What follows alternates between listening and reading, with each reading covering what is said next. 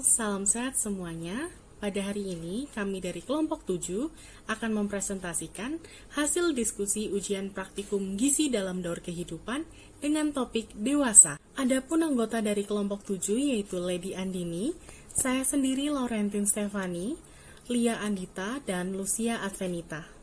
Outline yang akan kami bahas pada hari ini, yang pertama ada case study, yang kedua ada data of respondent, yang ketiga ada dietary requirements and recommendation, dan yang keempat ada suggestion. Yang pertama ada case study. Tuan A berumur 47 tahun. Beliau adalah seorang karyawan swasta. Beliau bekerja dari pukul 8 pagi sampai pukul 4 sore. Beliau memiliki berat badan yaitu 56 kg dan tinggi badan yaitu 169 cm.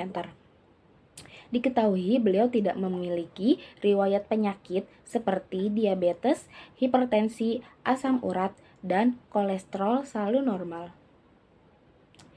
Biasanya beliau makan 2 kali sehari pada siang hari dan malam hari. Pada pagi hari, beliau biasanya mengkonsumsi kopi susu dengan gorengan. Hasil recall kemarin, pada pagi hari, Tuan A mengkonsumsi kopi susu instan 1 gelas, tempe mendoan 2 potong.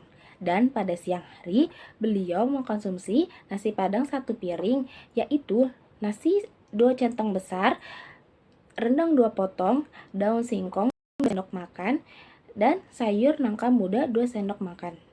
Dan pada sore hari, Tuan A mengkonsumsi es teh manis 1 gelas besar.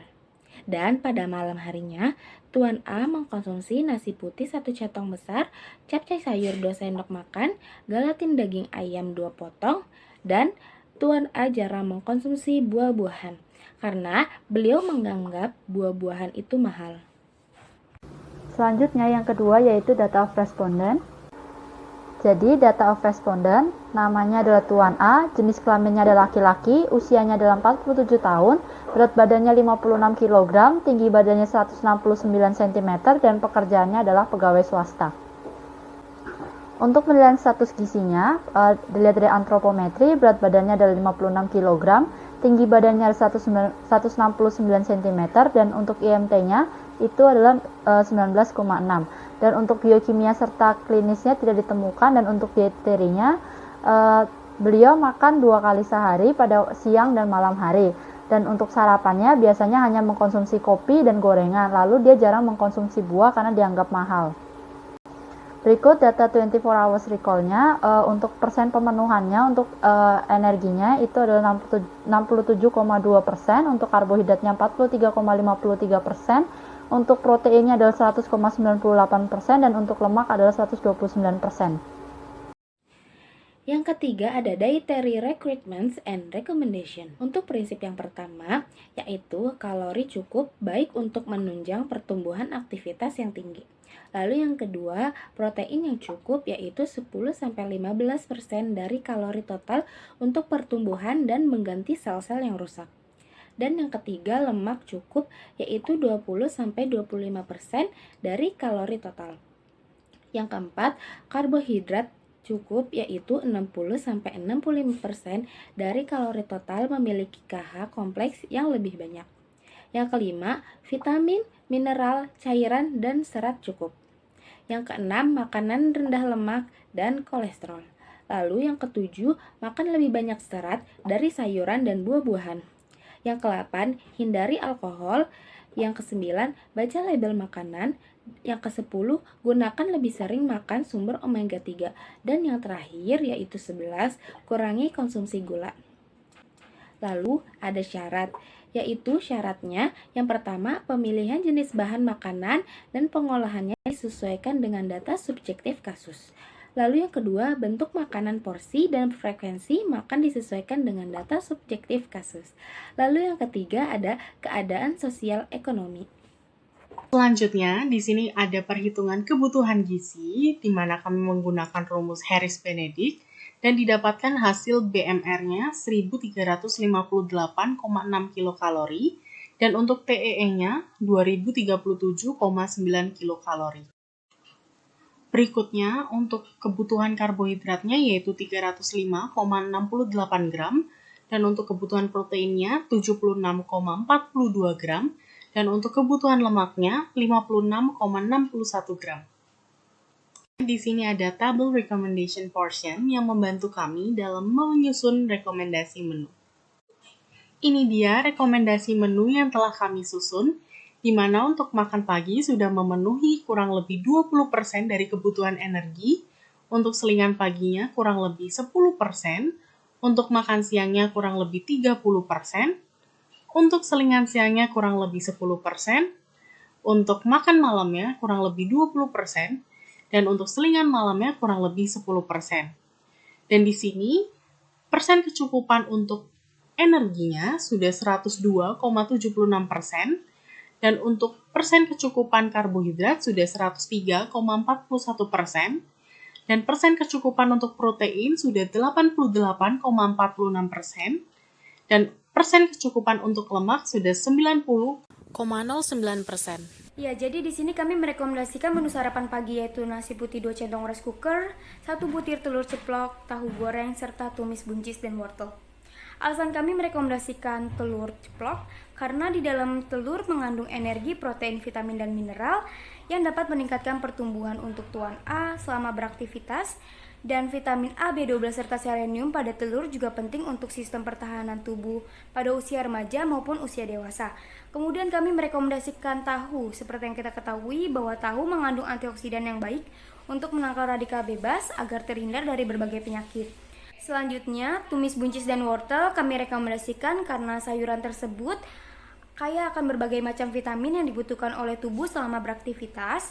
Kemudian kandungan vitamin yang terdapat pada buncis dan wortel antara lain yaitu seperti vitamin B6, vitamin B1, vitamin C, dan dengan mengkonsumsi buncis dan wortel, tuan A dapat terhindar dari pengaruh buruk akibat populasi dan radikal bebas. Rekomendasi menu untuk selingan pagi yaitu sandwich yang berisikan 2 iris roti tawar putih, kemudian 1 buah pisang, dan 1 sendok makan madu.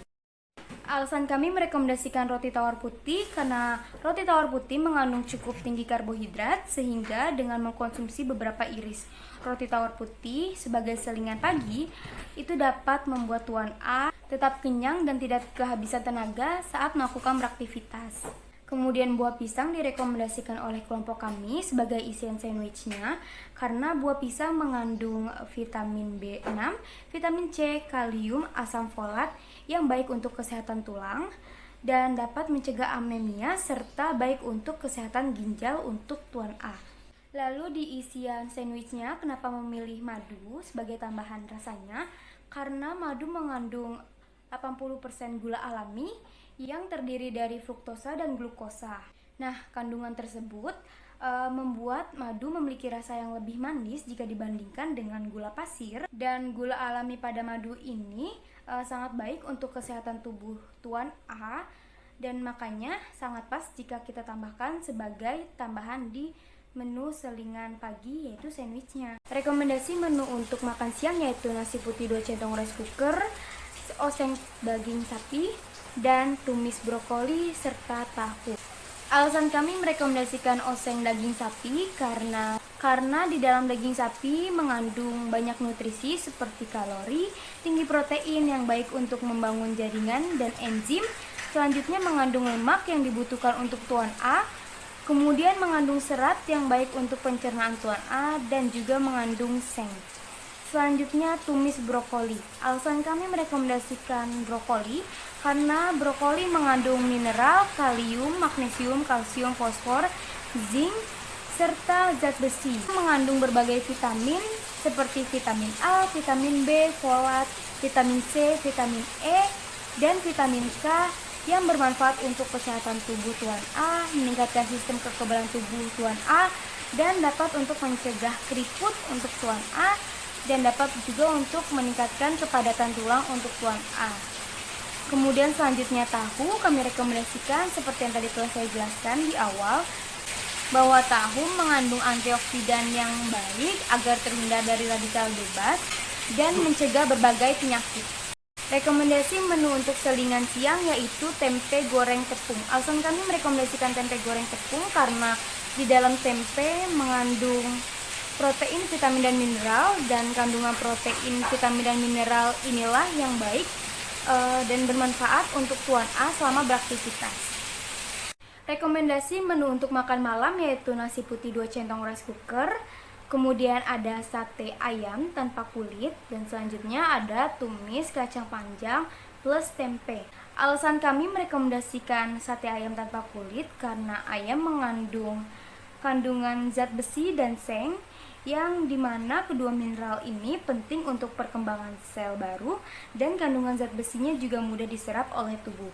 Lalu tumis kacang panjang plus tempe. Alasan kami merekomendasikan kacang panjang karena kacang panjang merupakan sumber protein yang baik. Selain itu, kacang panjang juga memiliki kandungan vitamin A, tiamin, riboflavin, besi, fosfor, kalium, vitamin C, folat, magnesium, dan mangan, yang dimana kandungan tersebut baik untuk menangkal radikal bebas dan dapat untuk menyehatkan kulit, menyehatkan jantung, serta dapat membuat kulit lebih terlihat awet muda. Kemudian selanjutnya tempe. Di dalam tempe terkandung protein, vitamin, dan mineral, yang dimana kedua kandungan inilah yang bermanfaat untuk kesehatan pada Tuan A. Rekomendasi menu untuk selingan malam yaitu jus jambu biji merah. Alasan kami merekomendasikan jus jambu biji merah karena jambu biji mengandung vitamin C yang cukup tinggi, sehingga sangat baik untuk membantu tubuh menyerap zat besi yang mampu meningkatkan sistem kekebalan tubuh untuk Tuan A. Dan untuk total semua menu yang kami berikan kepada responden yaitu totalnya Rp95.000. Dan yang keempat ada suggestion atau saran. Untuk saran yang pertama, Tuan A sebaiknya memantau berat badan secara berkala. Lalu yang kedua, Tuan A sebaiknya berolahraga minimal 2 kali per minggu dengan durasi minimal 30 menit seperti jalan santai, senam aerobik, dan bersepeda. Lalu yang ketiga, Tuan A sebaiknya mengkonsumsi cairan harian yang cukup atau air putih minimal 8 gelas per hari. Dan ini adalah bukti SS diskusi dari kelompok kami. Dan berikutnya, ini dia proses memasak menu rekomendasi dari kelompok kami.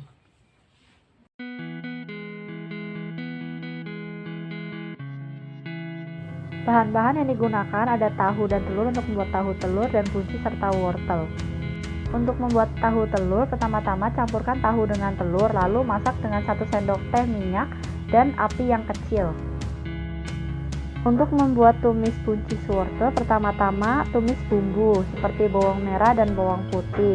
Jika sudah kekuningan, lalu masukkan buncis serta masukkan wortel, lalu tumis hingga matang.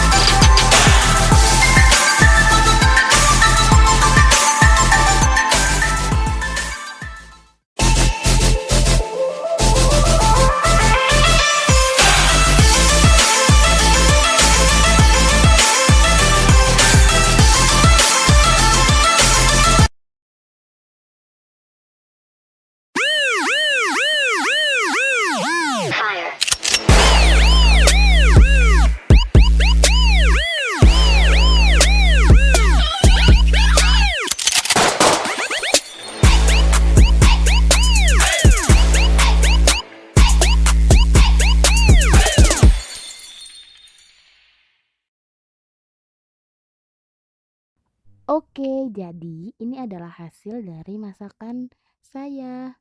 Selamat mencoba ya. Dadah, sampai berjumpa.